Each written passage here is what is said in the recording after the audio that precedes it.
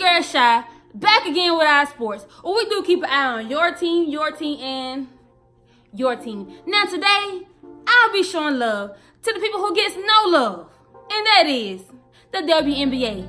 Now I don't understand. Maybe you guys can help me understand why I don't get any love. I don't get it, but let's go. Now for the people in the back, the WNBA did form in 1997. However, they did try to form it a few years before, but it didn't work.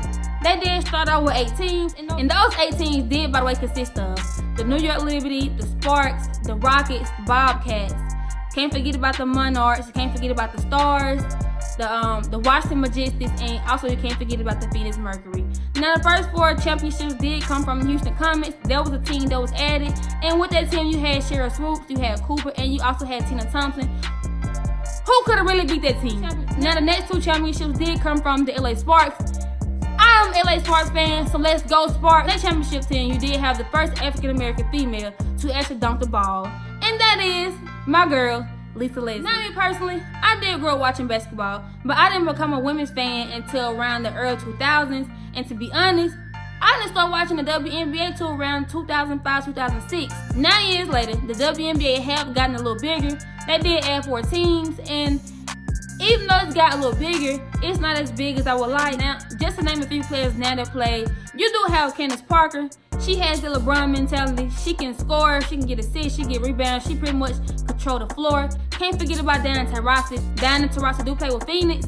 She has that Steve Nash mentality. She can cross you up, she can shoot the 3, or she can go up to the goal anytime she like. Can't forget about Maya Moore. Maya Moore has that mama mentality. Then you have AJAWILSON. AJAWILSON did this her 2nd year in the WNBA. But the young lady is balling, and she's been endorsed by Kobe Bryant. Also can't forget about 2 of the most dynamic players that I've ever seen in the women's basketball. And that is Brittney Griner and Sylvia Fowles. Both of those girls are, they good. Actually, for the WNBA, they are great. Can't forget about ALANA Beard.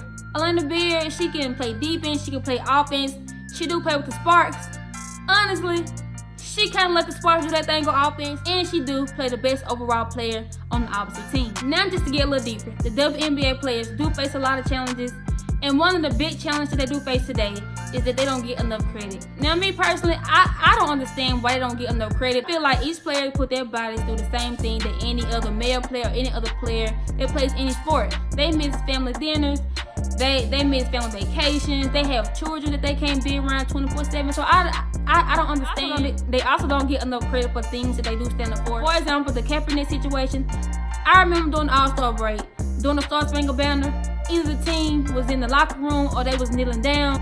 I've also seen WNBA's players speak on the police brutality. I've seen some of the players give money to families. I've seen some of the players get shirts made. I've seen some of the players, they do a lot. I don't understand why they don't get enough credit, such as the NBA players. Now, another issue that they do face today is support. Now, it's kind of crazy that you can go to a college game and you have thousands and thousands of people at that game, but at the WNBA game, you only have maybe 300 or 400 people. To me, that's ridiculous. Now, last year, I did go to a Sparks game, and the Sparks did play the Atlanta Dream, and it did kind of bother me that the game was at Georgia Tech instead of being at the State Farm Arena. I'm just wondering why they can't play at the State Farm Arena like everybody else. And the last challenge that I will speak on today that the WNBA do face is salary. Now, it's kind of crazy that the NBA players are getting $200 million contracts for over 5 and 6 years, and they can even decline the 6th year, but a WNBA player is getting 3 years and $65,000. And baseball players, they getting $300 million over a few years, and you can't tell me that these WNBA players can't even get $1 million. CANDACEPARKER is one of the biggest players. I don't even think she's getting $1 million, and if she is getting $1 million, that's because of endorsements. Now, with the NBA players and the baseball players and the soccer players, not only are they getting $200 million contracts, also are getting millions and millions of dollars of endorsement deals with Nike and Puma and Adidas, and I don't honestly think it's gonna change. If you've never watched the WNBA game, go look at a game, show them some support. Go to the game, show them some support, and it's only a few dollars to get in the game, so just to go to the game. So thank you guys for subscribing. Keep watching, keep subscribing, keep sharing my videos. I just want to thank you guys so much. Like I did state in my last video, EYESPORTZ do have a lot of great things coming. Thank you. Let's go!